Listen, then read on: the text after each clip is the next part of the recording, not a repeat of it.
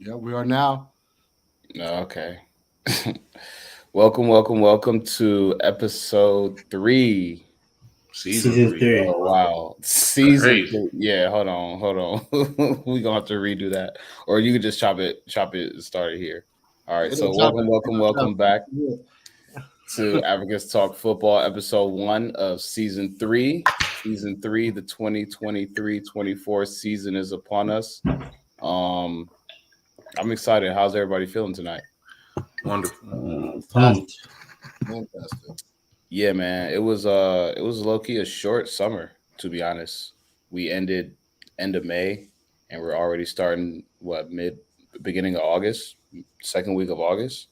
Yeah. So I I feel like I told everybody I wasn't talking football until August and then it's already August. So here we are, you Yeah. know. We have to talk Mm-hmm. football and Now I'm contractually obligated to yeah. So, Have to be talking football. to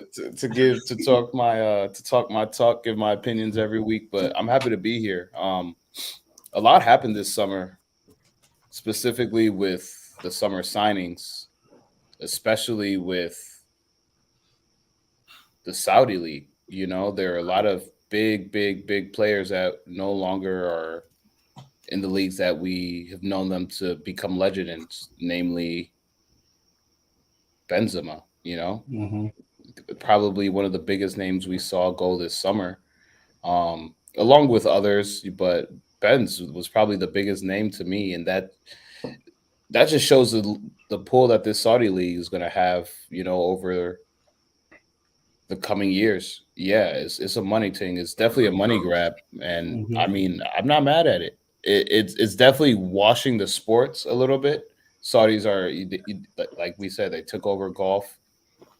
They're taking over football slowly. They're infiltrating, and it's not like they're getting these small name players. I mean, they're getting Manes, they're getting Contes, they're getting big players who, yeah, you know, they're looking for a cash out. The MLS used to be a retirement league, and now the MLS is becoming a little bit more competitive, especially with Messi going there this summer. I know we haven't talked about that much, but we might get to that a little bit later. But the Saudi league is becoming another retirement league, quote unquote, but they're getting big name players. So it's going to be interesting to see how they compete with with signings for some of these big name clubs, namely the PSGs, the Manchester Uniteds, the Liverpools, the Arsenals, the Chelseas, the Bayern Munichs, the Barcelonas, the Real Madrids. You know, I feel like these young players, you know, the 20, 21, 22, 23, they're going to want to make their name. But some of these older cats, some of these 28, 29, even these younger 27-year-olds that aren't really getting the type of play they feel that they need in these top 5 leagues, rather than going to Ajax or the MLS, they might just say, hey, I can get 20 mil a year over at Yeah, Saudi, it's Al Ali, Saudi. Al They can Nasir. So they can set up their family yeah, for they Mm-hmm. can set up their families for life. generations to come. Um, what do y'all? Well, now what do y'all think will happen? But how do you feel so far with just this one summer of signings in the Saudi league? I think it's a matter of time until they either. I don't think they'll ever take over, but I think that they'll be a part of the picture. Just because I don't think that anybody else can offer what they're offering. That's big wages for a short amount of time. Yeah. None of Right. these two contracts. years. 2 years. Yeah, none of these Period. contracts are like long contracts. So some of Mm-hmm. these guys that are going can still you know play at different areas. So I mean, I think they're going to be around, and I think that they'll be in the mix for sure. You can't compete with money like that. You cannot. Yeah.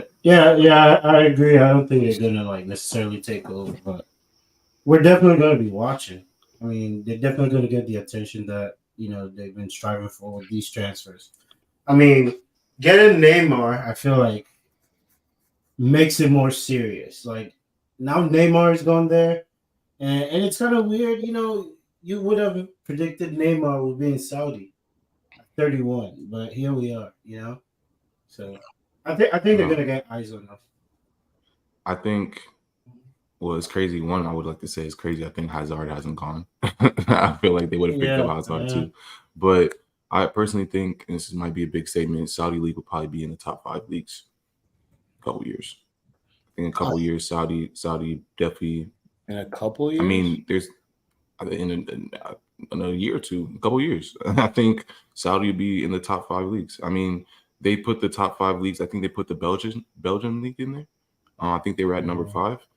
This could easily beat out the Belgian league. I watch that league. You know, Sure. you're getting a lot of big name players. Not even big name players. I mean, you're getting guys who just fell out of favor at their Leverkusen or fell out of favor in Germany or something like that, and they're just like, all right, well, might as well go get 25 mil a year or go get 15 mil a year.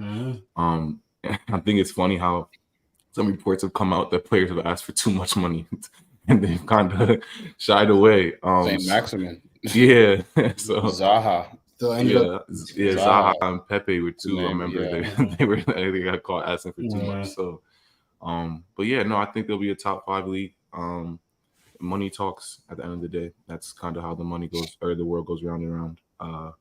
And if you're giving players lifetime changing money and they're not playing where they want to play, yeah, why wouldn't they go live in Saudi and make 20 mil for a couple months and then or a couple years and go back home or go somewhere else and play in a lower division? I mean, or go to the MLS after that.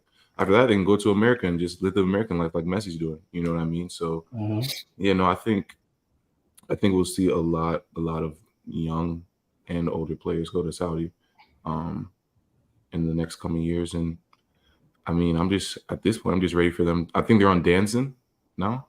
Yeah. The zone. The Danzin. So this one might have to up. I might have to get it and watch because the games are gonna be exciting.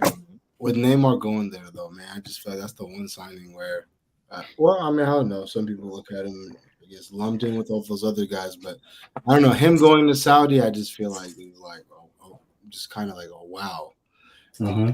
He's still someone that could definitely be playing. He's still like in their prime and like for a top club, and like no disrespect to those Saudi teams, but this is, I don't know. I guess if we look back and if this is his last time playing in Europe, I don't know. I personally think it could have been better. He could have had a better run. I agree. You know, he had a good run though. MSN had a good run.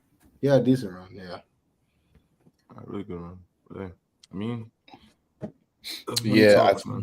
the money talks, and I mean, even when you look at who they're targeting for managers, they signed Steven Gerrard. You know, that's a big name. And what does that mean? Well, that's a big name, bro. Like just in general, we know that he took his lumps in the league. We know that he has been trying to become a manager. So why not go to where they're going to give you a lot of money and you have complete freedom of the team? You know, you're a big name, Steven Gerrard. He can attract whoever. You know, I mean, he's not. He can attract the same clout as some of these other managers like a Pep Guardiola. You know, some of these big name guys, but I still think Gerrard has pull. You know, Henderson, that's his pull. I mean, number 10. Hey, you know, that Liverpool connection. But no, I still think that this could give Gerrard not necessarily the kickstart he needs, but it could give him a little bit of. It's just another badge on his his CV. You know, he managed 3 clubs now, so this is he's on to his 3rd club now. So it's just more, just some more on his resume for when he looks to probably go coach somewhere else in Europe in the next 4 or 5 years or what have you. So I don't know. I feel like this league is something that we're definitely going to be talking about. And like Gabriel said, this could. I don't see it being the top 5 leagues anytime soon. But depending on who comes over, it's going to be competitive. We're going to definitely have to take note of it. Who's your Saudi teams? I don't have one yet. Yeah, I got to look at the rosters. I ain't got one yet either. Give me some time. Give me some time. The takeover just happened. Let me look at the jerseys. Let me look at the vibes. Yeah. And then, I'm riding with Al Nassr. Al Nassr. That's the team that Conte's on, right? Ronaldo. Ronaldo, Mane. Ronaldo and Mane. I guess when you look at the other teams, it's not as strong as. I think the strongest one is Saint Maximum, Firmino, and yeah. Mahrez. That's crazy. Mahrez is over there. Yeah. They had Mendy getting chipped. That mistake was so bad. Wait, that's where Neymar's going, right? No, Neymar's going where Koulibaly is. Al Hilal. Yeah. Hilal. Yeah. Okay. But since we're on transfer news, let's talk about it. One of the GOATs, the current MVP, or I know they don't call it MVP, but most valuable player of the past World Cup, Lionel Messi, has joined the MLS. I know it's happened a few weeks ago, but we really haven't had the time to sit down and actually talk about it on camera. So sitting now, I believe he has 8 goals and 3 assists in 5 matches. Is that right? He's about to be the all-time leading goal scorer for Miami. To go to the worst team in the league and instantly just change the whole dynamic of the city of Miami right now. And that's kind of hard to do in a city like Miami, because Miami, it's like New York. It never sleeps, except it's in the South. So it's warm. There's always something to do. But the fact that football is probably taking over the city right now is crazy. Is honestly insane. Inter Miami, I don't know how many games they've played in the league, like the MLS, because I know most of the games Messi's played have been for like the League Cup and the other cups. I know the competition they have with the Liga MX, the Mexican league, like their sort of Champions League competition, and just the in-game tournament or the in-house tournament in the MLS is what Messi's been playing. But still, 8 goals, 3 assists ain't nothing to play with, And I feel like now Americans are finally seeing quality elite football up close on a day-to-day basis. And Inter Miami, his teammates are seeing, him and Busquets practice together, and just the things they're able to do that we can't see in practice is raise the level of that Inter Miami team. I know I honestly didn't watch too much Inter Miami before the trade, and since then I've seen, I think, 4 of Messi's goals live, 2 of them being free kicks. I mean, in the last second. Yeah. It's just, talk about it. It's crazy for us because we've been watching him his whole career, dominate Barcelona, and then, more recently his travels to PSG, which honestly, I think we all thought was a little underwhelming, his transfer to PSG and what he was able to do there. But,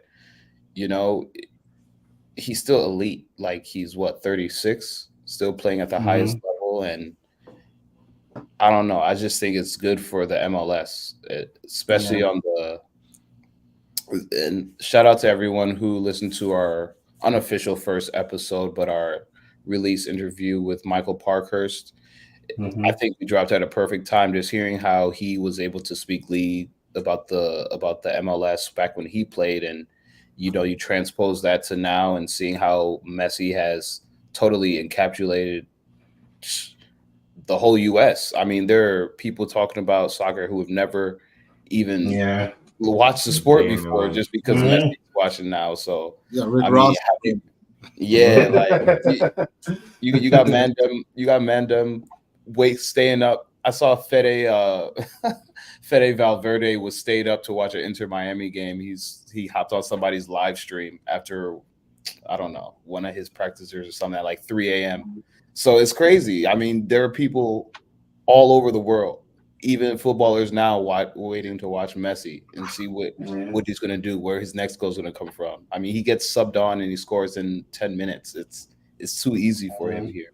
But Yeah. have you guys been able to catch a match? What's been your overall feelings with Messi? Man, it's so crazy because I don't know why people doubt people like him. It's like people kind of just doubting like LeBron James all the time. Like LeBron James was 36 and just had 28, 8, and 7, of a season. People thought that Messi was going to go to MLS and Messi's going to struggle. A player like that just is not going to struggle. And like just because of physicality, like you can't touch that guy. That's literally a guy you can barely even touch on the pitch, But no, I think everything that you said was right. This guy has completely changed the team, completely changed the mentality. He's completely changed, I mean, in a sense, football in America. I mean, he has, like you said, people from all over walks of life. DJ Khaled coming to football matches. It's crazy to see. And then it's not like he just came and he's just doing whatever. He came and he's on the pitch and off the pitch, making an impact. I mean, I watched that first game, and he came on and 1-1, and I'm just like, it's written in the stars, bro. He's gonna score. And of course, they gave him a free kick right on top of the box, exactly where he wants it, where he practices all the time. And just I forgot who they played. Was that Charlotte FC? Maybe one of the no, it was Dallas. Where Dallas. The last, another second. one. It's like, why? Why do you guys make these decisions knowing that you have a guy of this caliber on the other side of on the other side of the ball? So I mean, I like it. I think it's just more football for me to watch, and it's amazing to see how one guy can just dominate a football pitch, especially when there are 21 other guys on there. It's actually kind of mind-boggling how one player can completely, and it opens up everything for his teammates too, because everyone's so worried about Messi. Messi has 2-3 around him, and his kind of way his mind thinks is so fast, and he thinks 10 steps ahead that he's these passes, he's playing, everything's moving in slow motion for him. So he's like, oh, I have 3 on me. There's a guy over here. Let me just play through right here. We're good. You know what I mean? And is creating opportunities for his teammates. I think his teammates their standards have gotten a lot higher as well. And yeah, man, I like it. I love it. I know people are kind of mad at the move, but I mean, Ronaldo's in Saudi. Why can't Messi go to MLS? So yeah, no, I love the move. I have, unfortunately, I had to buy the MLS season pass now because I don't want to miss any matches. Yeah, true. Put money in his pocket. Yeah, no, for sure. So yeah, no, I like the movement. I really like it. Yeah. I mean, we can talk about Messi all you want, but even with Busquets, there are times where I just watch him in the center and he's just able to do what he wants. You know what's funny that you say that, Cornelius, is like obviously like we all know Messi, but like for me, I think like seeing Busquets has really showed me that like these guys are just miles ahead of all these other doing exactly. Yeah, we know like what Messi's going to give us. Just Busquets, just because Busquets is not killing you with pace. He's just checking his shoulder, receiving the ball, passing. Checking his shoulder again. It's not even like it's not close. Yeah, and then like when he gets the ball, you know who he's looking for. And now that Jordi Alba's here, it's like you know how many times like when I was watching it with my wife and I said, you know how many times I've seen Jordi Alba be on the left side, hit it back to the top of the 18. Messi's running to the ball and it goes near post on the left side. And it's just like, but those guys didn't see that. I've been watching this like 2010, bro. And that's how it works because he plays usually on the right. Jordi Alba's on the left. So like when he gets the ball, he comes peeling up to the top of the 18 and like, oh, man, these guys are just like, and you know what's crazy is that those 3 are just the start. They're gonna get like this team next year is gonna look completely different. Oh yeah, they get Sergio Ramos and them Luis Suarez and Neymar should have came here. To be honest with you. I know he should have came here. But they'll be fun to watch. Yeah, man, and we're about 20 minutes in, but the last transfer we got to talk about is Harry Kane, man. Mm. Good old Harold. I honestly didn't think he was going to leave the Prem, especially in the way he did the saga, the back and forth, the Levy allowing Kane to go meet with Bayern. Oh no, now Levy is restricting him, and then oh no, well Bayern wants to pay him 105 now, so Levy's allowing him to talk. The whole back and forth this last 4 or 5 days has just been either do the deal or don't, But you should do the deal because if you don't, he's going to leave on a free next summer. So Yeah. I don't really know what the whole back and forth was internally, and obviously we'll never know unless they come out and say it, which I hope Harry Kane sits down, because Harry Kane has to sit down and talk about his Tottenham saga these last 2 years, from firing his brother as manager to demanding, last summer to this summer actually leaving. People forget there's been a year long into year the drama. You know what I'm saying? There's been a lot of drama involved. So I mean, honestly, for him, I'm actually glad he's able to go to a team like Bayern, because one, he's away from the Prem, so now I can actually appreciate his greatness and not have to hate on him for being a Tottenham Hotspur. But at the same time, hey, Bayern got waxed this week by Dani Almo and the Leipzig boys. Yeah. So and I think they got waxed on the deal. I mean, bro, I understand this is Harry Kane. He's gonna, provide you with, he's Harry Kane. We know what he can do and his abilities. But y'all don't need him. But 115? They do need him though. Yeah. 150. That guy is how old? 33, 34? No, he's 30. He's 30. He's 30? Yeah. 115 though. But that's so much. I don't know. You don't need him. That's why I'm like. What do you mean? They do need him. No, they need a striker. They need a striker. They need a. But 115 is just 115 for him though. But you don't think it's worth it considering that they extended him on the deal? Like, to me, like, that's worth it. Like, you, because that's what you would have paid. I guess, yeah. I guess, market anyway. Yeah.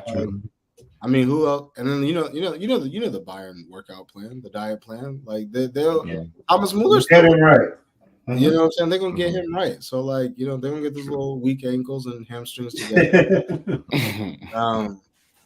Yeah, man. Harry Kane. I don't know. Is he cursed for? I mean, is he cursed for a trophy? Nah, he gonna get one. I'm not gonna say that. I just think it was funny. Like, the report came out, they was pushing to literally be on the team sheet. Yeah. I do want to say though that the guy who started for Bayern is he's not up for that. Yeah. Because that game, I know the game was 3-0, but they were close. 3 goals that they missed out on, and it was that guy's fault. Even though I like him, he came through clutch for the one time, but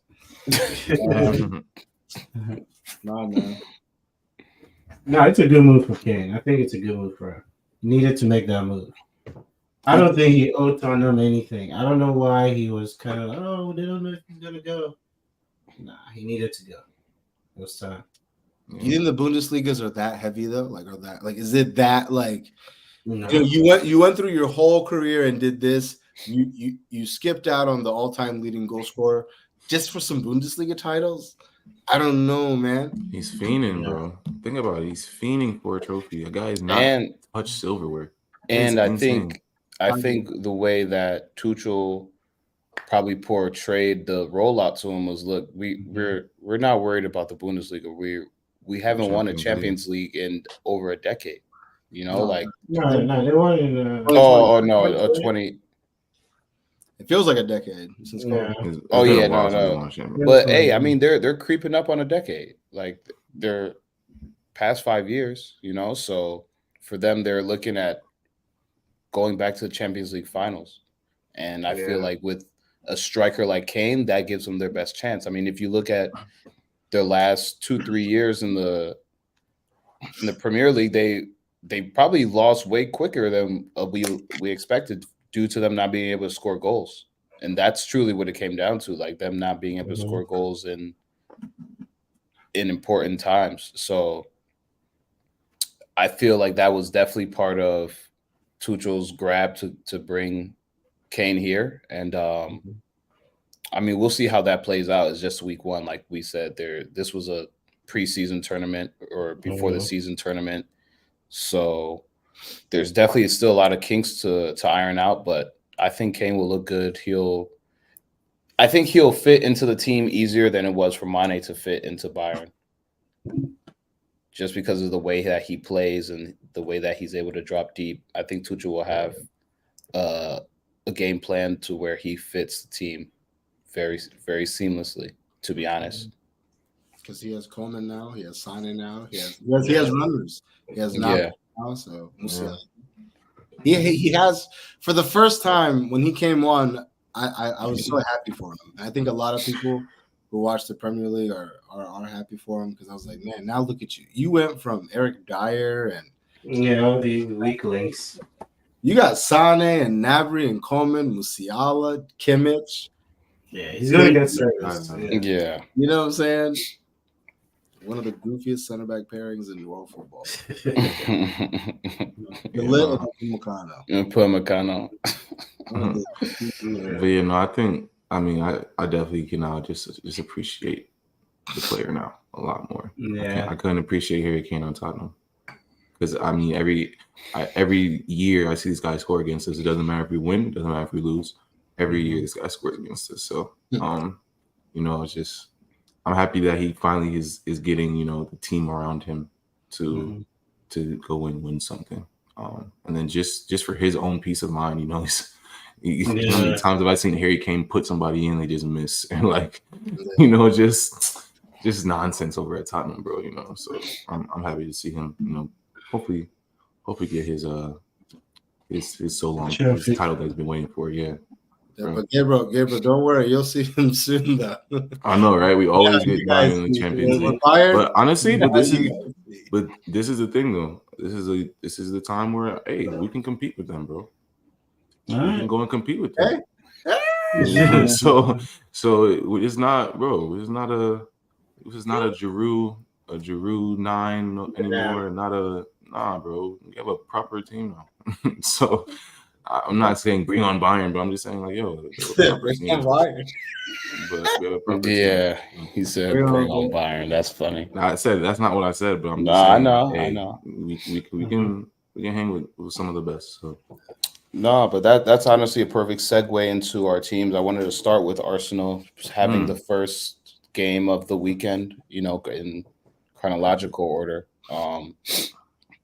And for more or less started off the way that you ended last season, with a win, convincing win, but you convincing in the first half, and the second half you had your little rough patch. That's, I wouldn't say the MO of Arsenal last year, but you guys definitely dominated first halves and then kind of took the foot off the gas a little bit. But again, 3 points is 3 points, no matter what way you slice it. Like I said in the beginning, I want to get your overall take on the summer. So just the signings that you guys were able to get over the summer, your starting 11 for your first match, and then overall thoughts on the first match, just because the first week lineup is never going to be what you see throughout the year. Even a team like Arsenal, even a team like United, who has been solid, finished second and third in the league last year, had a full year with your manager. So your manager knows the guys that he likes to start in what positions. But like every summer, you get new additions, and players are tested out in different places. So you don't have to give me a grade unless you want to, but overall feelings after the summer signings, overall feelings when you saw that first 11 an hour before kickoff, and then after kickoff, how you felt. Yeah. I don't want to give us a grade yet, because you still have time in the transfer window right now, so I don't want to give a full grade. I would say that I like the signings that we have running. I think they are definitely guys who will be in the first team, or just we'll see them a lot. These are guys that we'll see a lot. Havertz, we're going to see a lot. Urian Timber, when he comes back healthy, we're going to see him a lot. Declan Rice, of course, integral, very, very important player, crucial player in the team. So, I think we've made good signings for our team. Great signings, if I'm being honest, for our team. I just think we need to do more. I don't think we've done enough. For me, the signings that we made aren't enough. We need more in the team. We need a couple other guys. We need another winger. In my opinion, we need another 9. And yeah, that's kind of where I'm at right now. I think the keeper piece. I like David Raya coming in. Beautiful. I mean that. I love him coming in. We can speak on it. But I think Ramsdale does need somebody who's going to light a fire under him in every day in training. You need a keeper you need someone who's going to fight every single day. And this is a guy who, yes, he can start. Let's not get it twisted. Like Brentford was very successful because of him last year. Let's be real. Mhm. So I like our signings. I just think that we need to do a little bit more right now. What was you said our lineup for the first match? Yeah. Our lineup was the first match I feel like it was kind of an anomaly. I didn't feel like that isn't the team that we're going to see week in and week out. I know that he wanted to move Ben Wright into more of a center back role this upcoming year, but I don't think Partey is going to be a right back.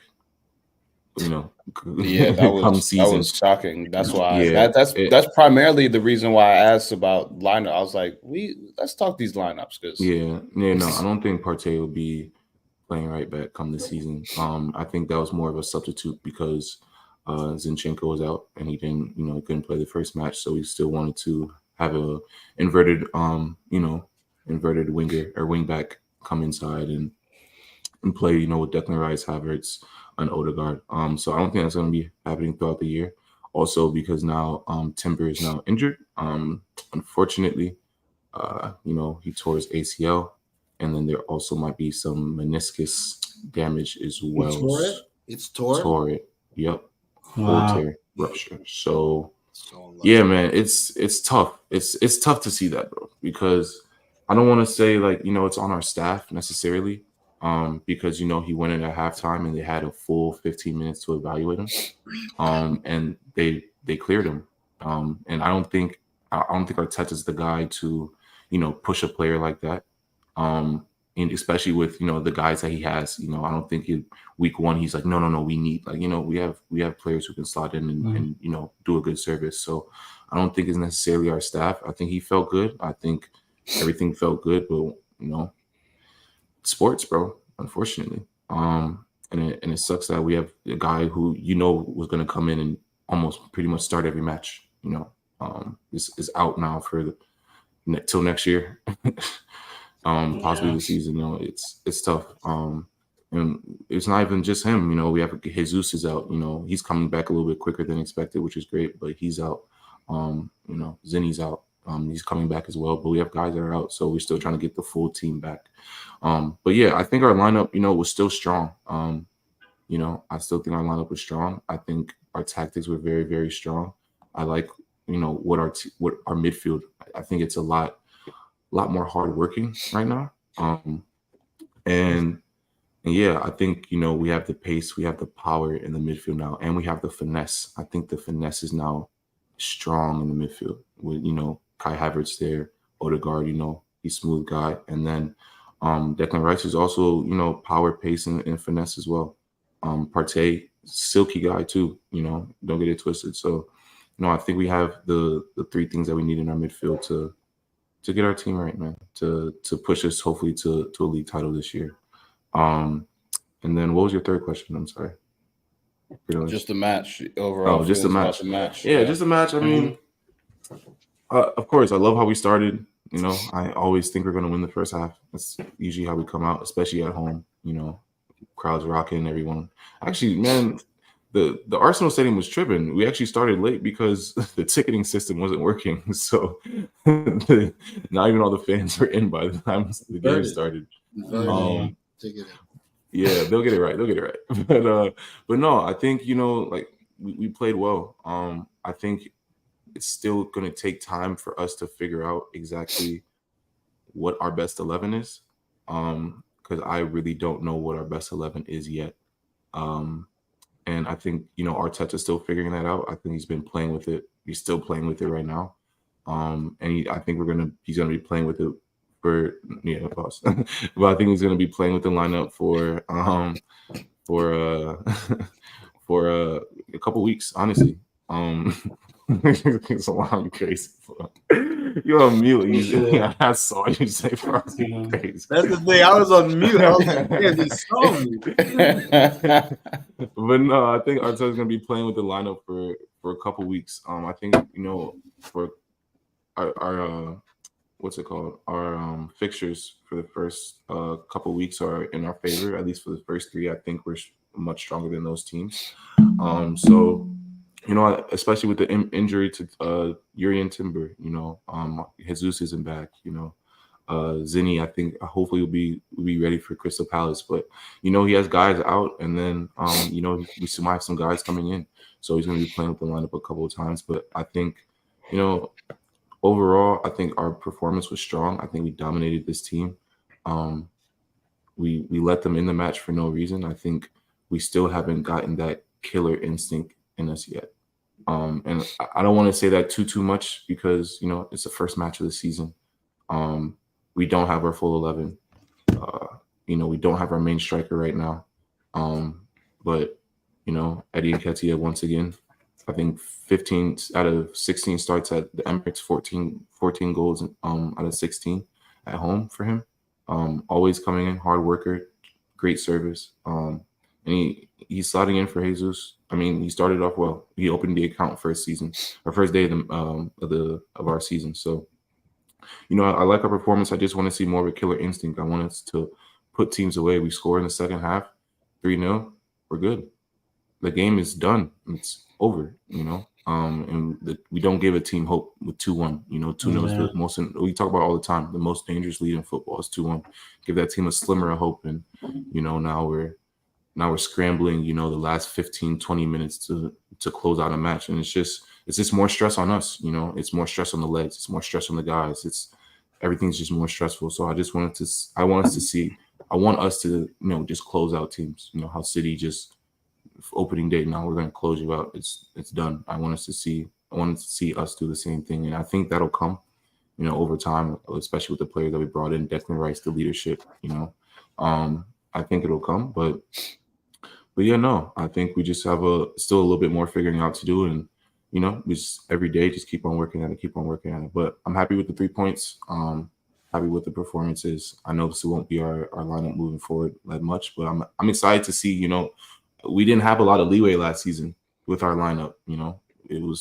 We had our 11, we brought in Trossard, of course, who gave us a lot of help. And I think Trossard has been amazing this whole preseason leading up to the season. I think he's been amazing. But now we have options, and now we have things we can mess around with. And I think it's a good knock to the guys as well who are starting, to let them know that, listen, we're not letting you just come out and do nothing on this pitch. There's a guy right behind you who's ready to play. And I think Trossard will be that guy, one of those guys who will be very integral this season. Very, very integral this season. I mean, guys, I don't know. I like what we have right now. I really like what we have. We need a little bit more, but I like what we have, and I like our performance. And Crystal Palace next week, and we'll make it happen. So, yeah, I like where we're at. What are your expectations for Kai Havertz? Yeah. Yeah, now that we're back, let's speak on it, please, because the Kai Havertz thing for 65 mil this is completely Arteta thing. It's just his experiment. And Arteta, I need this guy to perform. Personally, from what I saw week 1, I just think it was a very just regular performance. I didn't think he really did too much bad. I don't really think he did too much wrong. He was just, in a sense, kind of there. He helped out with the press a lot. I would say that he helped us win the ball back and keep the ball a lot. I would say that. But yeah, I don't think he's really found his groove. And I don't really think he understands his role, at least offensively, I would say, um, as much yet. And it kind of confuses me because last season I saw a 33, 34-year-old Granit Xhaka learn a new role and instantly just boss it, without a doubt, just boss the role. And I think, it's not the exact same role that Granit Xhaka he has, because of course we are playing a little bit differently. Just our team is completely different now. Our midfield is completely different, not completely different, but putting Declan Rice and Kai Havertz in there it's different. And he's gonna have to learn new things. But I just think this guy needs to settle in. I have for me, it's bro, this guy needs to perform. Like we spent big money on you. You're a signing that I never would have expected to make. I never would have thought that Kai Havertz would be in an Arsenal jersey, if I'm being completely honest. Never would have thought it. Um, and I think that this is a guy that needs to come in and provide 10 goals. Like he needs to provide 10 goals for us, 10 to 15 goals for us. Honestly, yes, you see my face, Salam. Yes, if Granit Xhaka can come in and score 8 goals, bro, 8 goals. Granit Xhaka, this more than most of he scored in his career for the most part. If Granit Xhaka can do that, Kai Havertz is more than capable with the team that we have to come in and playing. He's going to be playing striker. He's going to be playing, attacking left wing. He's going to be playing all over the pitch and high and a lot further up the pitch. This guy should be scoring. We have too much service. We have too much possession. We have too many chances for this guy not to put some in the back of the net. And I know he had like a rough start in preseason. I don't really care about preseason. That's when people are supposed to get that out and get their mistakes out. But yeah, no, I do have expectations for him. I do think he needs to perform, because we spent big money on you that we could have spent on someone else, if I'm being completely honest. And this is an Arteta thing once again. So I'm gonna trust my manager because, like I said, with season 3, Arteta in. I think everyone should know that by now. Season 3, Arteta in. And I think that I have faith in that you get this guy to perform, and to score goals. The last season we saw a lot of Kai Havertz misses on good chances, and Mike has been saying it a lot. We're gonna see a lot with this guy and get frustrated with him, but I'm just gonna give him the time to settle in because it's not like we really, really need you right now. If I'm being completely honest. So I'm gonna give him a little bit of time to settle in, but I do have big expectations because I know the type of player that he can be. I know why he was signed for big money, and I have expectations that you will perform and help us. The goal is to get a league title, to get a Champions League, and that's why we brought you in. You know what I mean? So, I have big expectations for him. But first game, I don't really think he did too much bad. I don't think he really did too much good. He was just he was there for us, and he did okay. So we'll see. Yeah, just be ready. It's gonna be a lot of those. Just be ready. It's I gonna be a know. lot of I those. feel like I didn't even see him that much, Yeah. But no, I like our midfield, man. I like how we've gotten bigger as a team as well. That's another thing I'll say. Maybe one of the last things I'll say is I like how we've gotten size to our team. We have guys who are. It's going to be hard off the set pieces. Slump, you're crazy, bro. You're crazy, bro. It's not even a pause. I didn't say anything. But no, I like how we've the physicality of our team has gotten a lot stronger. We have a Declan Rice who's a big guy in the midfield who's gonna. I mean, you saw his recoveries a couple of times, just recovering for us. His work rate. Kai Havertz is another one who recovered a lot and won the ball back for us a lot, and that takes the onus off of Partey too because Partey can just relax a little bit now and doesn't have to recover as much. The possession and us holding the ball is a lot better. Just our team looks better, man. It looks better. I don't think they're firing on all cylinders yet. I still think we have a couple levels to go up. So it's a good start. It's a really good start, and I just hope that we can continue to build on the performance and make that first half performance, bleed into the second half. So yeah, I love where we're at. Yeah, I feel like that's pretty sound assessment for week 1.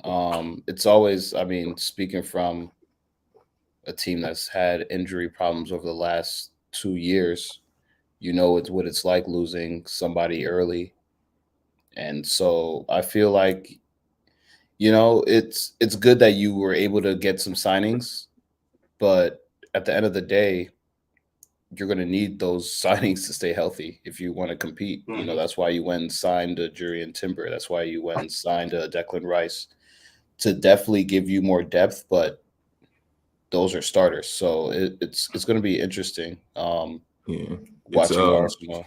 Yeah, the last two things I want to say is excuse me. We lost our physio. Our physio went to United, I believe. Our head physio went to United, so that's a loss for us. Also, as well, bringing in a new physio guy, top physio guy. So that's one of the loss first one. Also, I just want to talk about that Martinelli assist. Jesus, but I forgot to even mention it. Oh my goodness, I cannot speak highly enough of this guy. Did he actually mean that? He was trying to do a Danny Olmo thing, but come on, it was a back heel. Look! If you look at the slow mo replay, or was he trying to do the? He was trying to do the Maradona, like come on, Maradona. Don't even try to play like that. He meant to do the like the half turn. It looked beautiful. It was nice, either way, it was smooth. I'm not gonna hold you. I cannot speak highly enough of this guy, Martinelli. Man, this guy. He's gonna get us through a lot of down moments just off of his energy and just skill.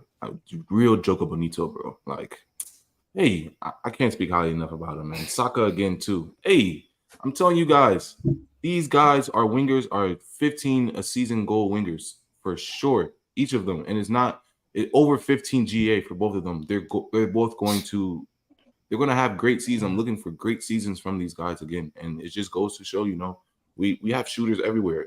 Odegaard's he's not even shooting yet. Declan Rice he'll get his too. He was close. He was very close a couple times to getting a goal for us. And a couple of big saves by Matt Turner. Also, shout out Matty, man, love the guy. But yeah, no, yeah, man. we had to do him dirty week one. Y'all love him like Kobe. They don't love you like Ramsdale. All right, but no, I can't speak high enough about our wingers, man, and what they provide for us. And I think that match was just a small glimpse of what we're going to see throughout the season. So the last thing I gotta say about that. No, that's definitely I definitely take that assessment in full stride. I actually agree with a lot of things that you said. I just know what injuries can do to a team. I mean, what injuries can do to a team as well, and I think that health is going to be wealth. I mean, health is always wealth, but health is going to be very important this season. And we were talking about it in the group chat a little bit. I think it was Yasser that brought it up. I mean, look how many ACLs are gone just around the league. We got Courtois. We've seen Militao week one. Mings. Mings. It's tough, man.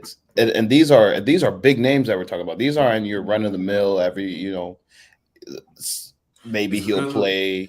These are starters, and switching gears to Chelsea and Cuckoo, another one. We haven't even seen him play a minute with us yet, and now we're gonna have to wait another, hopefully couple months, yeah. 4 to 6 months. 4 to 6 months is what is on the timeline now, but I'll start. I'll say a little bit about Chelsea. What I thought about over the summer. So with Chelsea, I already knew we were going to spend over the summer. The jokes have already been pouring in. We're the 1 billion team. We spent a bill over the last 3 windows. Mm-hmm. I mean, it is what it is. With the new owner, we went through our lumps last year. He thought that he could throw money at all of our problems, and obviously that made our problems worse. So this year he took a step back, and honestly, through what we're doing, I can see the vision. I don't like these 10-year take it or leave it death row deals that we're handing out to all these youngsters. It feels kind of 2031 with an option to go 2032. Hey, like it just seems so crazy. But I guess that's the way the business is done now, especially with these younger guys. You want to lock them up for better or for worse, you put a lot of investment into them and a lot of faith that they will grow with the team and the team will grow as a unit. So our signings, will it is what it is with me. I like what we're doing. I like that we're just saying, you know what, we're going to go with this youth led project, and hopefully everybody grows together. The lineup with week 1, though, I was honestly curious to see what we did. I was very curious to see what we did. Like Mike will probably attest to, we don't know what our best 11 is. We have no idea what. I mean, if you looked at our team sheet, we had a lot of youth players, academy players. Ian Matson even got some time this week, which was cool to see. But Caicedo finally came in. We finally got to hear we go there, and even Lavia, they're still talking about possibly adding him too for 50 million or however much he is. So added to our tab. Just throw it on the tab. But at the end of the day, I think that what I saw this past weekend was very, very positive. I've said this not on camera, but I'll say this right now. This is the lowest expectations I've ever had for any Chelsea team ever. I really, truly don't know where our ceiling is. And I think that this first month, I'm just going to take it game by game. I'm going to wait till the transfer window is over so we can finally see our team, because I know we're still loaning a few players out. We're still gaining players here and there. But this Chelsea week 1 was way, way better than what I expected to see. Yeah. Pochettino, we already know that he's big on fitness. So we saw a lot of people that probably I didn't expect to start, including Conor Gallagher, who, despite his first half, I must say, hats off to him. He had a great second half. He showed he showed fight, and for me being critical of Conor Gallagher, for me to even say that he had a decent second half shows that guy actually he wants to play. And that's all I can ask for anyone in our midfield. Work hard and want to play, because we don't have a strong midfield this year. Caicedo's coming in, so he's bolstering it up. But I talked to Mike about this last week. Our midfield, honestly, is the weakest it's looked in a very, very long time. So I was curious as to see how we would hold up against that newly bolstered Liverpool midfield. And we look good, man. Typical Liverpool Chelsea match, 1-1 draw, but 5 years, man. Yeah, it is what it is. 2 goals get called back, and then we get a breakaway in the 93rd minute, and Mudryk doesn't put the ball away. So, but even with that, even with that, going into the match not really knowing what to expect, and then leaving the match thinking, wow, we got a point, but we could have left with 3, gives me a little bit of hope towards the season. Because if you look at our last 2 months of the last Premier League season, we struggled to find goals. We struggled to have any offensive fluidity. And if you look at this Liverpool match that we played on Sunday, we totally dominated the last 15 minutes of the first half. The second half, we controlled the ball. I think we doubled them up on passing in the first half. The possession was like 60-40. So this is the Chelsea that I used to know. This is the Chelsea that is reminiscent of, the Jose days, the Conte days, even, when we were truly just beating teams and controlling possession, beating them in the middle third, winning the midfield. And it gives me hope. Now, that being said, our next 4 games are against newly promoted sides and teams that finished in the bottom 4 or 5 of the table last year. So I don't want to jump too far ahead, but this next month we should really, really, really be focused on leaving with maximum points. And that's where I will make my determination on if Pochettino is really the manager that can drive these boys to get the killer. Because just like Gabriel said, he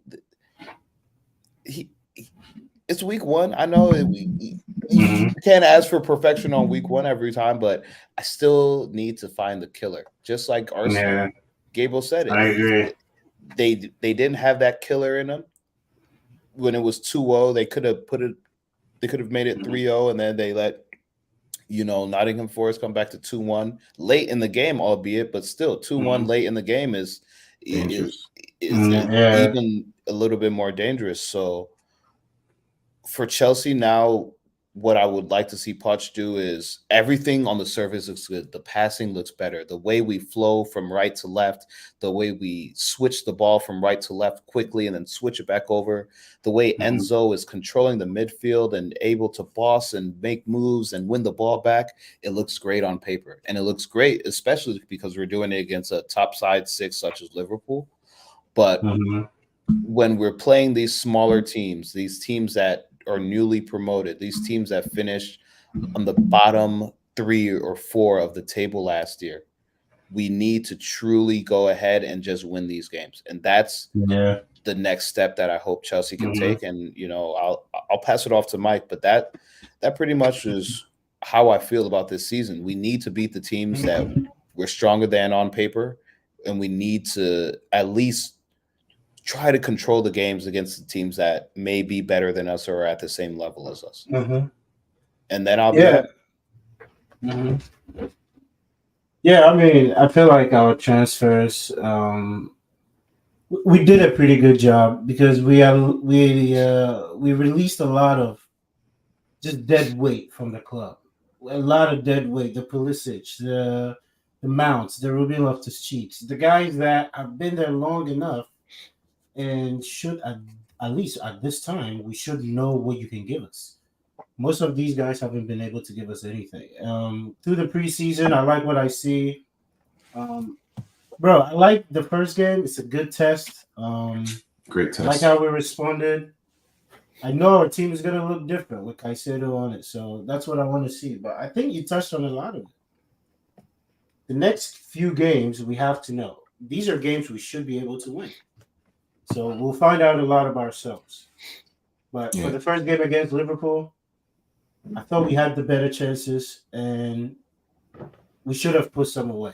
Like the last little counterattack with Jackson and Mudryk, you got to tug that. I don't know why you're going around the keeper. You got to tug that right away. You don't have that time to go around and do all of that. Tug that, and let's see what happens.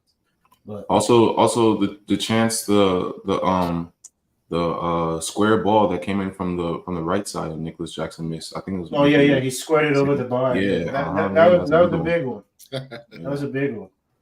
Action Jackson.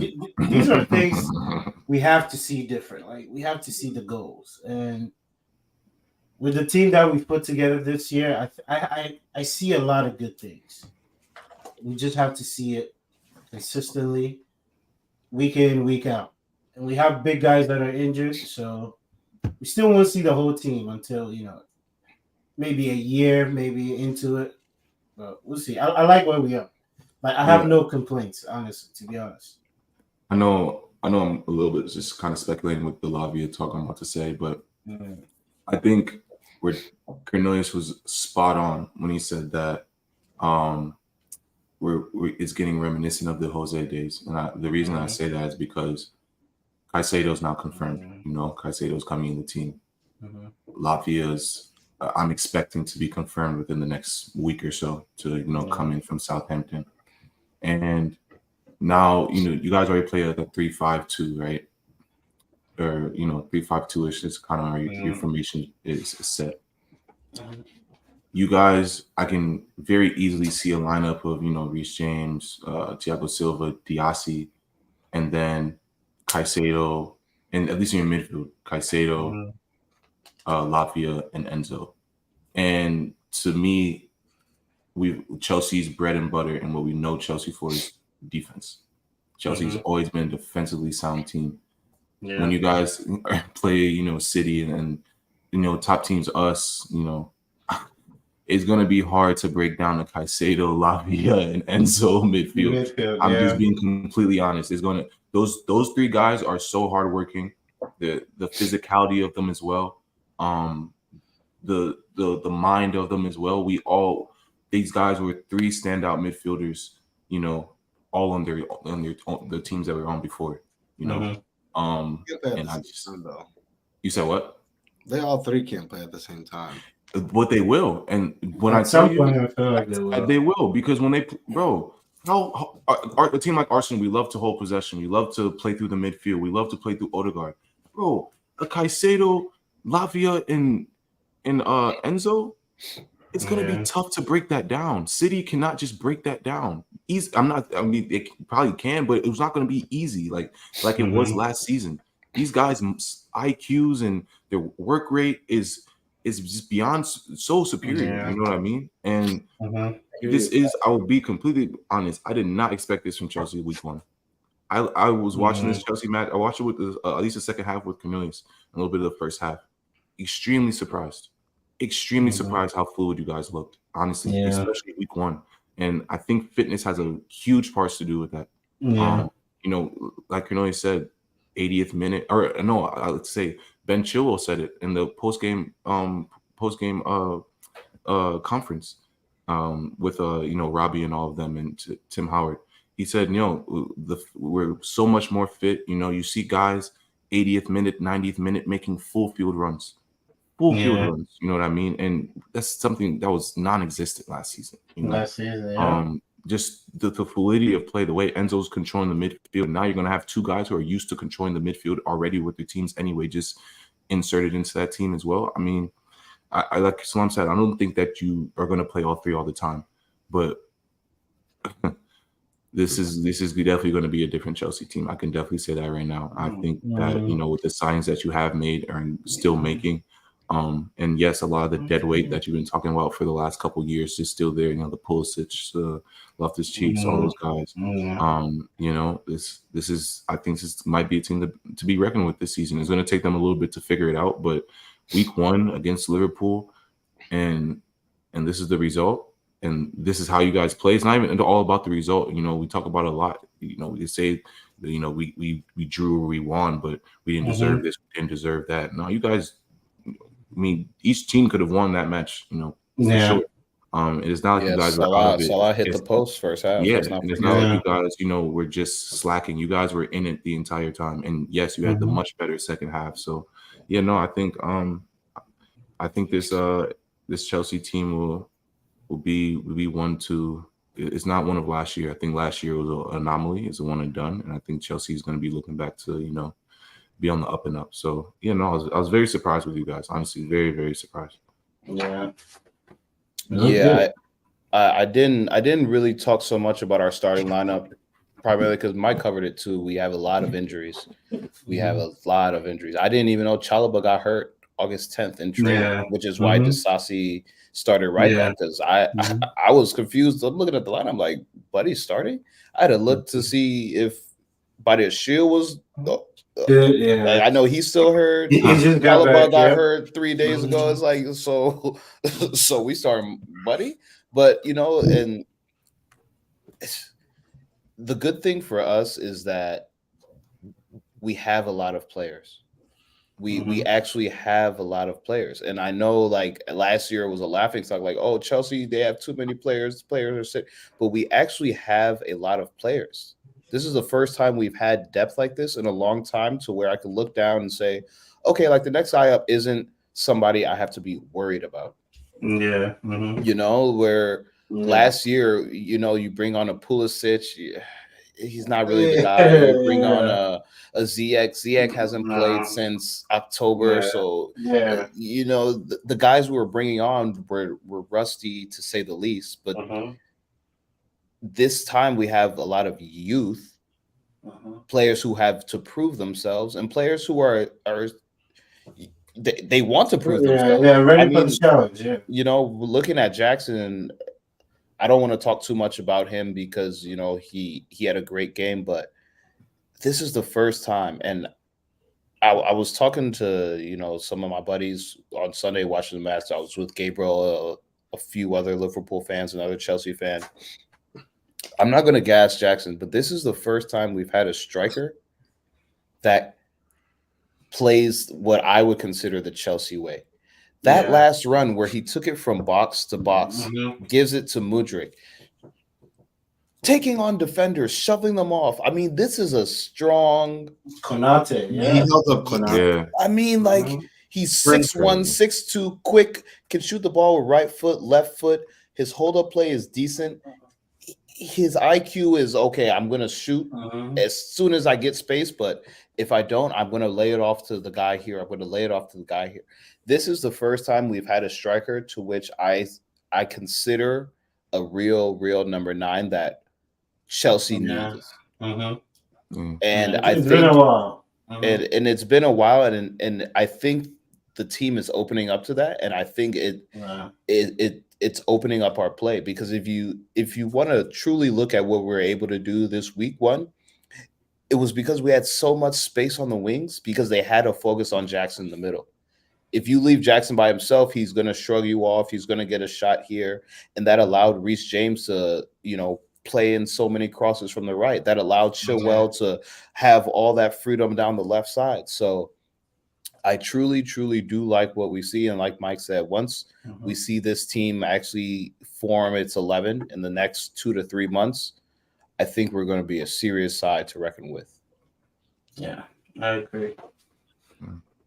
But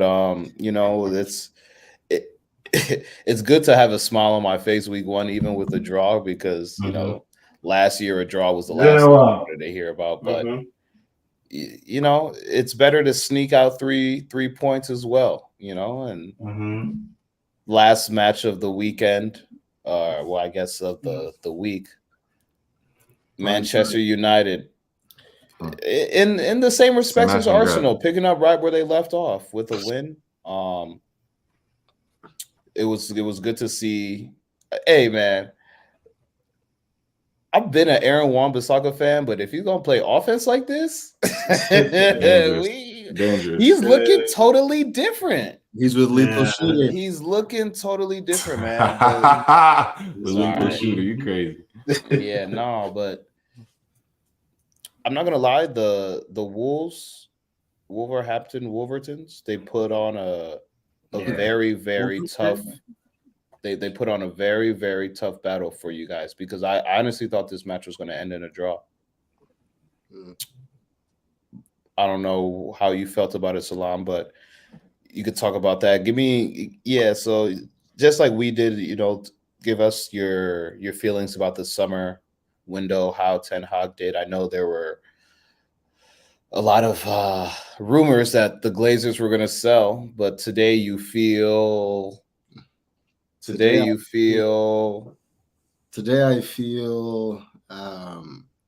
like we just got 3 points. Okay. So I mean, starting with the window. The window. I mean, it's not over yet, but I mean, starting with the first signing of the summer, Mason Mount. If anyone's has watched this podcast before, you know where I stand with Mason Mount. You guys all know how I feel about Mason Mount. I don't think he's that great of a player. I personally think that we overpaid for him. But I understand he's British, he's a homegrown player. And I guess, I don't know, the way the direction he's going in his career and who we are as a club, I think that it's a perfect match. But personally, I don't think that he's at the level to be starting for us. I thought today's game was abysmal. I would like to combine just the window and the players today, because his performance was so bad that he didn't last more than 67 minutes. To me, him and Bruno are almost the same profile of player. Bruno is just a better player in that position as the 10, as the 8. It doesn't matter how you say it. It just, today against Wolves, it's like, where were you? Like, you don't really you don't really affect the game. You don't really get on the ball when you do. Like, nothing really happens, when you do get the ball. But I've kind of come to terms with this guy's going to come and he's just gonna play. He's gonna play regardless of if I like it or not. Hopefully, we're not done doing business because I think someone like Amrabat could certainly bench him. I think a double pivot of Casemiro and Amrabat with Bruno as the 10 would be a lot better than whatever I saw today. I don't know, man. I don't think that he's that great of a player, but he's on my team now, so I'm going to support him, and I hope he does well. Our second signing of the summer was my man of the match today, Andre Onana. I knew he was bantered for being thrusted into the net because of a stupid back pass from Delo, but I thought Onana was our man of the match because without him, we don't get those 3 points. It was a, dare I say, David De Gea performance. Like the way he just, kept the ball out of the net. Massive for us. Can play with his feet. I've never seen a keeper this confident. Very confident. Commands the box. Yeah. And you know why? He gets off his line. I don't know which way you guys can see it, but that logo that says Africans Talk Football. We've gotten a lot of character in our team. You know what I'm saying? And I think that he really helps that. He does. And I think that guys like him are going to be completely massive for us, but I'm very happy that he's on our team. I think that he's going to be huge for us. Other than that, I think our third signing has been Rasmus Højlund, the striker. We haven't seen him. I think that he's injured, no? He's injured, yeah. I guess he has a back injury that we're trying to have precaution on, so he's not playing right now. But I think that he's going to help us. Really don't know too much about him. I'm not going to act like I've watched all these Atalanta games, but from the comps that I've seen, it looks good. He's tall. I think that he offers a different dimension to our attack. But overall, man, just kind of today's performance was just a little bit of what we've been seeing all year last year. Inconsistent waves of good moments, waves of moments where we're not that good. I thought Wolves' team, when you look at their situation, they just got rid of their manager, and I mean, like you couldn't tell who had a good season or who had a good preseason with their team and who just got a new coach less than 24, 48 hours ago. But I think that the more we play, I think that we'll develop more of a rhythm. But there's a few guys, man, that I don't know, bro. Marcus Rashford today. Before I start on that, the last thing that I want to say, there's a lot of guys on my team that it's a prove it year for me, anyway. Marcus Rashford has gotten a very lucrative contract.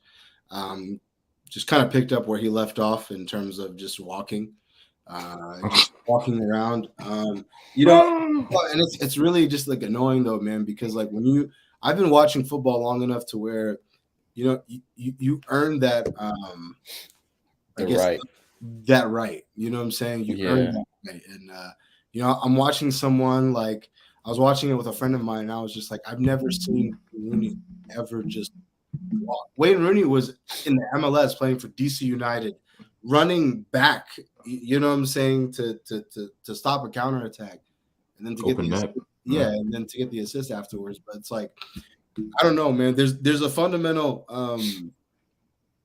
there's just a fundamental aspect to competing that I feel like a few of our players don't have. And I can confidently say that because we were the last game of the season. I watched Man City play first. I watched Arsenal play first. I watched your guys' game. Right. And you could tell that there's a different level of ambition there. And when I look at guys like him, when I look at guys like Sancho, I just kind of question where that desire is consistently.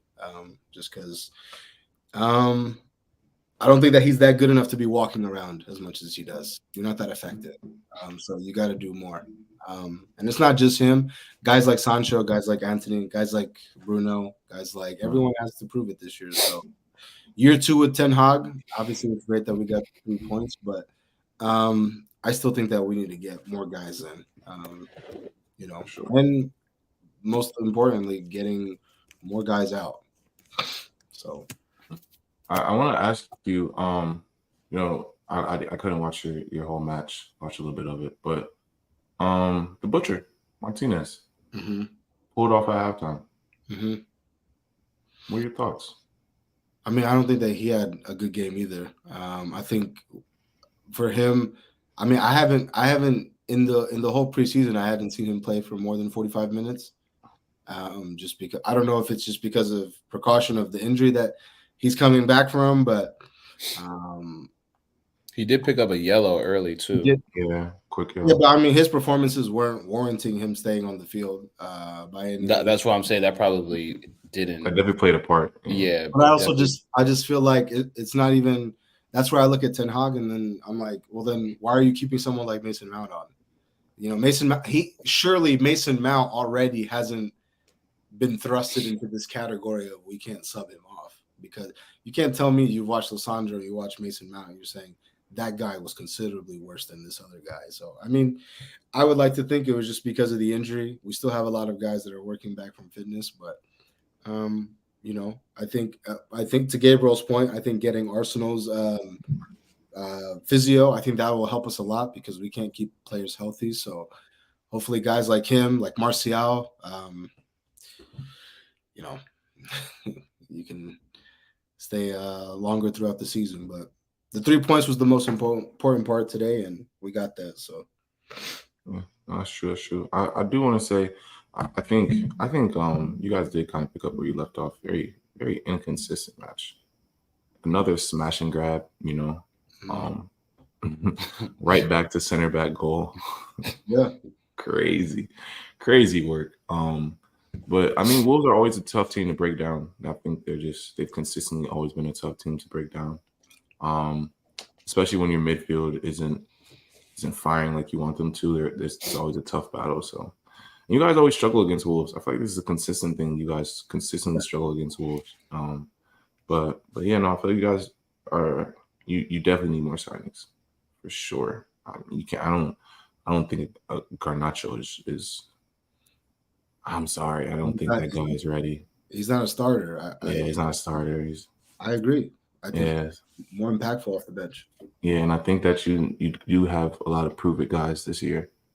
A lot of guys who need to take it to that next level. And we just haven't seen that. So I mean, I'm really interested to see what you guys do for the rest of the window. I mean, this season obviously, but for the rest of the window too, because I mean, you still have Harry Kane on the book, or not Harry Kane. I'm sorry, you still have Maguire on the books still. He hasn't that transfer hasn't gone through, right? Yeah, but apparently West Ham has agreed a deal for £30 million. So hopefully we can get out of here and we can move on. But that would be a huge step in the right direction. And I think with him, like I think you could tell because the game wasn't going and the way I think Ten Hag probably anticipated it going, and he didn't bring on Maguire, he brought on Lindelof, which Lindelof was not that great either. But yeah. That guy Cunha, who came from Atletico Madrid, I think He's a baller. if he had a little bit better finishing, we'd lose that game 2-0. Yeah, he showed me something today. I didn't know too much about him, but that's definitely a good pickup for Wolves for sure. Yeah, absolutely. I do want to. I don't know if we're gonna touch on other games and stuff like that, but I do want to just. Sorry, Tom, do you have anything else you want to say about United? Oh, no, that's good with me. Okay, I do want to talk about one team this past week. This Newcastle team, bro. Actually, two teams, Newcastle and Brighton, bro. Two of these teams. Mm-hmm. We're in for it, man. We're really in for it. Like Newcastle just 5-1. This is a. I don't know. I can't speak highly enough about this Newcastle team, man. They're way too good to like. They're way too good out of nowhere for me. You know, like just the signing of Tonali, so impactful. And I'm so mad that they got him because they're already such a workhorse team, and then they just insert a guy like that, another leader into their side. And he got a goal, you know, this weekend. I don't know. This Newcastle team is definitely going to be a team to be reckoned with once again, like they were last season. And then Brighton as well, you know, 4-1. At home, they lose McAllister, they lose Caicedo, uh, and this team is still firing at all cylinders. At all cylinders, these guys just keep finding guys out of nowhere. Don't know who their recruiting man is, but that guy needs to be getting paid. He needs a bonus, bro. He needs Saudi money for what he's doing with Brighton, bro. He really needs Saudi money. It's actually crazy the recruitment and how they're just able to find these guys and diamonds in the rough, and they just come in and just immediately do a service, immediately. And there's Brighton's whole model. I mean, I think there's a little thing that Brighton, off of 5 players, they've made over 500 or close to 500 million off a couple of signings or off a couple sales, and they brought in these guys for free or less than 10 mil each, almost. So it's I just hats off to those two teams. I think they're going to be forces to reckon with the entire season. These are not teams that these are teams I feel like that are overtaking, like Tottenham. I feel like these are teams that are now stepping into that. They're going to be around 6. The lowest I think they'll be around is 7. And they'll be from 1 forever. And they got Dahoud off a free from from Dortmund. Yep. Yeah, they. He was the young winger, the black guy, the little black kid. Who, the guy who scored. I can't think of his name. He's good though. Yeah. Like this is a team that they're gonna be scary, man. I don't want to see Newcastle twice a year. This is a team that I'm looking at like I think we should beat them, yes, but this team is not gonna beat. There's nothing sweet about this team. There's nothing sweet about this team. This team, top to bottom, they're solid. Top to bottom, bro. Top to bottom, they're just solid. And they once again they just have no. I don't want to say they have no expectations, but this is another year where it's like, I feel like they're still flying under the radar in a sense. I still feel like they're not getting the credit that they deserve. I feel like Brighton, who's getting the credit a lot with De Zerbi as well, and the praise that he's gotten. But I feel like Eddie Howe in this side is still not getting the credit that they deserve. And I don't know, man. It's this is gonna be a battle with these two teams year in and year out, or at least this season and for seasons to come. So yeah, man. Shout out Isak too. Yeah, for sure. Jeez. But yeah, man, that was a pretty much good culmination of the weekend. I was going to actually talk about Newcastle myself just because they started off flying, man, and they were that last game on Saturday, so I was able to strictly just focus on them. And the one thing I was going to say is they look like they're having fun. Joe Linton out there just smiling the entire time, bossing the midfield. It just seems like Eddie Howe has brought fun into that Newcastle side, and they haven't looked back. Like they really haven't looked back. And you could say the same thing for Brighton, man. A lot of young players, a lot of, just like Gabriel said, a lot of them probably flew under the radar for a lot of these teams, and whoever at Brighton is doing the recruitment knows exactly the type of player that they need to fit their system, and they just come in and they just fly. So yeah, Salam, I know you like to call these teams hipster or whatever, but like if they keep doing what they're supposed to do, smacking these teams they're supposed to beat, when they see United, Arsenal, Chelsea, they're going to be tough. I mean, look at what Brentford has done over the last 2 years. Brentford has come and rose through the ranks and become a top 10 side, and Brighton and Newcastle are now top 4, top 5, top 6 sides.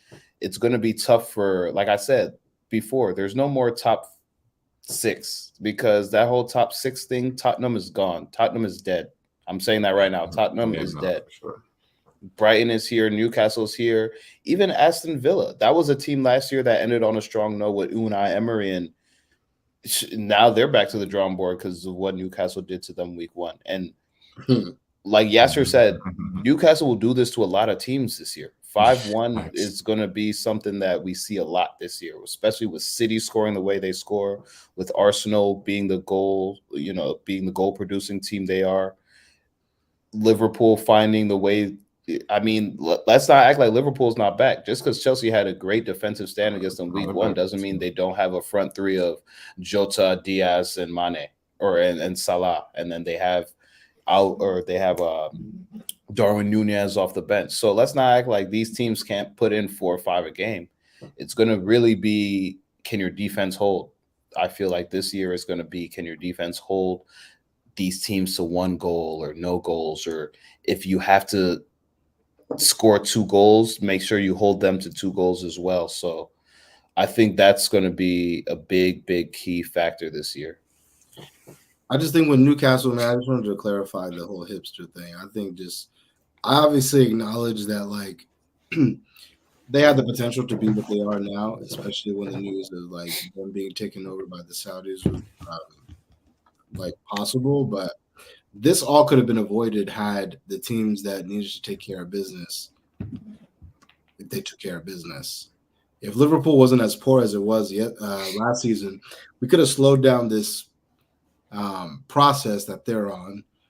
But unfortunately for them, and unfortunately for Liverpool, Liverpool slipped up, and here Newcastle is with all this money in Champions League. So I personally think that, you know, this is on the league.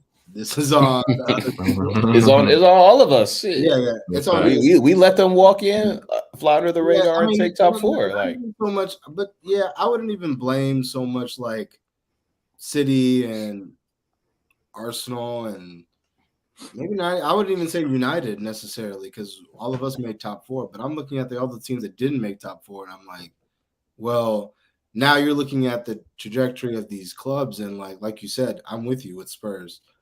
I don't think Spurs is like going to do anything going forward. I do want to say one thing about Spurs though. I did watch the match with Brentford. A crazy match and just an insane match. They look different. I will give them that. They look completely like, I mean, the right back is all the way on the left side. Emerson Royale's in the middle. Like left back, the right back, or the left back? I know the left back, the new left back. Yeah, I like him. He is silky guy. I like him, bro. That's definitely a player to watch. But even this Spurs team, I'm not gonna say I don't think they're gonna do a whole bunch in the league, but they do look completely different. They look completely different. The tactics, I don't even know the tactics because everyone's all over the place. But yeah, everyone's literally all over the place. And I haven't seen a team play like that in, I don't know.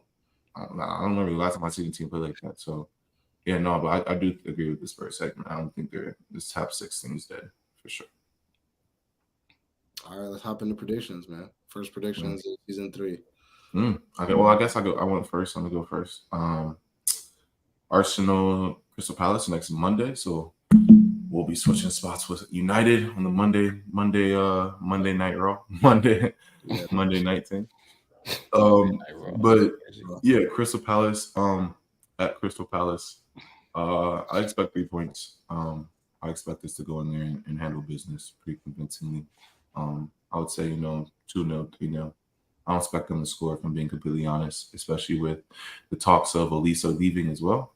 And possibly going to Chelsea. I don't even know. What are you guys gonna do with Elisa? You don't even know. They don't know, bro. What are you about to do with him? Where's he gonna? They're just trying to take all the players off teams, so they don't have anybody. 8-year deal. You can only register them so many. He may not even be playing football in 8 years. You don't know these kids nowadays. They might say, "Hey, I'm." But hey, I expect 3 points from us. 2-0. Like my manager says, I'm only talking about my team. We can only speak about what we have. Of course, there are rumors and talks out there that they may be coming, but I'm only speaking about what I can control. So we see West Ham next Sunday at West Ham. I'm actually expecting a very, very hard fought. I'm thinking 1-0 win. This is our first away match, so it'll be good to see everyone with a little bit of adversity away from home. And I think the league is going to be on alert about Chelsea this year, because last year we finished so low, people kind of felt that we were any team. They could just run at us, but I feel like after we spent and with Pochettino, the way that he's gotten this team looking the first week, I think teams are going to take a step back and be like, okay, like Gabriel said, last year was a blip. Let's look at this Chelsea team like the Chelsea of old. Let's put some respect on their name. So hopefully we get the win. I'm thinking 1-0 over there in West Ham. Okay. Yeah, we got Tottenham away from home. Very happy that Harry Kane is gone. So now we don't have to see him. I watched the Spurs game. I watched Richarlison. Not really worried about him scoring goals. At So, all. At uh, all. yeah, I think I think United actually have like a good like first 3 games start to the season. We got the 3 points against Wolves. Spurs would be, a good step in the right direction, and then afterwards we see Nottingham Forest before we see Arsenal at the Emirates. So, I mean, the season it's already, I mean, Chelsea and Liverpool started in week 1, so the rivalries are already underway. Hopefully, Holland can be ready for that Arsenal game. I would love for him to see him get minutes against Spurs. If not, definitely against Nottingham Forest, so that that Arsenal game, I feel like First for big both, test. yeah, I think for both teams it'll kind of because I'm assuming the transfer window may be over. It might be over. I think it ends September 1st. Yeah, I think it's over end of this month. So by then it's Yeah. like your Locked team. in. Your team Was is that Sunday of Labor Day week? yeah. So that's the weekend y'all coming, right? Yes, sir. Yeah, should be. Yep. Okay, but yeah, I think 3 points against Spurs. Yeah. Score predictions? Any score predictions? I don't think Spurs will score. I think Really, I think they'll get one. Nah. I think we'll win 1-0. Okay. Say. I like their manager, man. I respect. Yeah, I do. He's had to deal with a lot since he walked in there, and he's just kind of taking it on the chin. I can respect that. Definitely respect that. It's not an easy position to be in, but think about your guys' Saudi teams for next week. We got the Saudi draft coming up. But yeah, other than that, I think City and Liverpool. Who do City and Liverpool play? City, I'm not sure. Let me look at Liverpool. Yeah, let's look at the fixture list for next week. So City and Newcastle next week. Oh, I love when they play early in the That's season, gonna be a man. banger. I love it. City, Newcastle next week. Don't tell Yasser. Liverpool play Bournemouth. Yeah. Liverpool plays I think it's also crazy. I don't know if you guys heard, but Luton Stadium isn't ready. No, it's not. So that's why That's why they're not playing Burnley. Wow. Yeah, they're like the entrance to their stadium, they're fixing it and they're fixing it up a little bit, so they can't have any home games yet, which I think is just Bro. Also, if you look at their stadium, dog, it's like in the middle of the city. Like, bro. Yeah, bro. it's so Insane. small. It's actually crazy. Yeah, no, I think Hey, it's shout out crazy. Luton, man. When's the last time Luton was in the Prem? I'm gonna look I that up don't for know. next week. Because sheesh. Nah, man. But yeah, good episode. Appreciate everyone for tuning in. We're not gonna do start sub sell this week. I did have one kind of in the works, but I'm waiting. Just because the third one was a little shaky, but it's Chelsea focused, definitely. Yeah, for sure. But yeah, appreciate everyone for tuning in, and as always, good luck to you in your future endeavors.